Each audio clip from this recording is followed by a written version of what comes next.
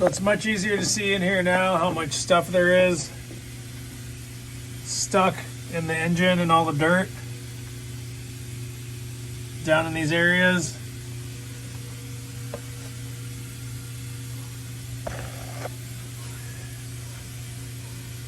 But it's definitely gonna clean up nice. You can see the oil pan submerged in that water. I don't like that.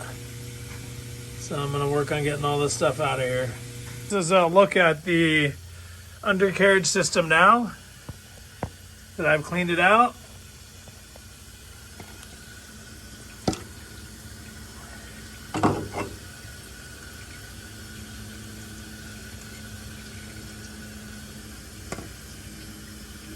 Definitely a huge difference.